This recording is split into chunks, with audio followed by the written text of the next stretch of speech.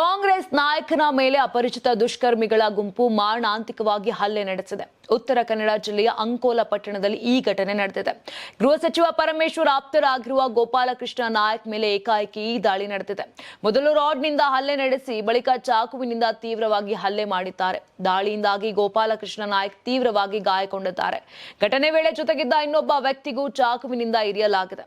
ಗೋವಾ ನೋಂದಣಿಯ ಕಾರ್ನಲ್ಲಿ ಬಂದ 6 ಮಂದಿ ಅಪರಿಚಿತರು ಗೋಪಾಲಕೃಷ್ಣ ನಾಯಕ್ ಅವರ ಮೇಲೆ ಡೆಡ್ಲಿ ಅಟ್ಯಾಕ್ ಮಾಡಿದ್ದಾರೆ. ಗೋಪಾಲಕೃಷ್ಣ ನಾಯಕ್ ಅವರಿಗೆ ಹೊಟ್ಟೆ ಮತ್ತು ತಲೆಗೆ ಭಾಗಕ್ಕೆ ಗಂಭೀರ ಗಾಯಗಳಾಗಿವೆ. ತಕ್ಷಣವೇ ಅವರನ್ನು ಅಂಕೋಲದ ಖಾಸಗಿ ಆಸ್ಪತ್ರೆಗೆ ದಾಖಲು ಮಾಡಲಾಗಿದೆ. ಮತ್ತೋರ್ವ ವ್ಯಕ್ತಿಗೂ ಇದೇ ಆಸ್ಪತ್ರೆಯಲ್ಲಿ ಚಿಕಿತ್ಸೆ ಕೊಡಿಸಲಾಗುತ್ತಿದೆ.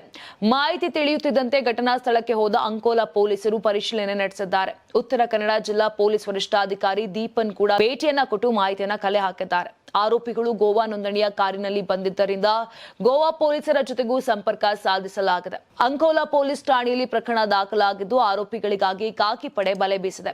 ಇನ್ನು ಗೋಪಾಲಕೃಷ್ಣ ನಾಯಕ್ ಅವರು ಅಂಕೋಲಾ ಪ್ರದೇಶದಲ್ಲಿ ಸಕ್ರಿಯ ಕಾಂಗ್ರೆಸ್ ನಾಯಕರಾಗಿದ್ದಾರೆ. ಸ್ಥಳೀಯ ಮಟ್ಟದಲ್ಲಿ ಅವರಿಗೆ ಭಾರಿ ಬೆಂಬಲ ಕೂಡ ಇದೆ. ಪ್ರಭಾವಿ ನಾಯಕನ ಮೇಲೆ ದಾಳಿ ನಡೆದಿರುವುದು ರಾಜಕೀಯ ವಲಯದಲ್ಲಿ ತೀವ್ರ ಚರ್ಚೆಗೆ ಕಾರಣವಾಗಿದೆ ಹಾಗೂ ಸ್ಥಳೀಯವಾಗಿ ಭಾರಿ ಆತಂಕ ಮೂಡಿಸಿದೆ.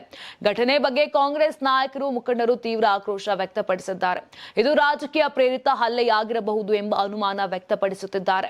ನೀವು ಸಣ್ಣ ಆಗ್ಬೇಕಲ್ವಾ? ಅದು ಒಂದು ಉತ್ತಮ ಆಹಾರದಿಂದ ಸಣ್ಣ ಆಗ್ಬೇಕಲ್ವಾ? ಪ್ರತಿದಿನ ನಮ್ಮ ಜೀನಿ ಸ್ಲಿಮ್ ನ ಯೂಸ್ ಮಾಡಿ ಯಾವುದೇ ಸೈಡ್ ಎಫೆಕ್ಟ್ ಇಲ್ದಂಗೆ ನೀವು ಸಣ್ಣ ಆಗ್ತೀರಾ.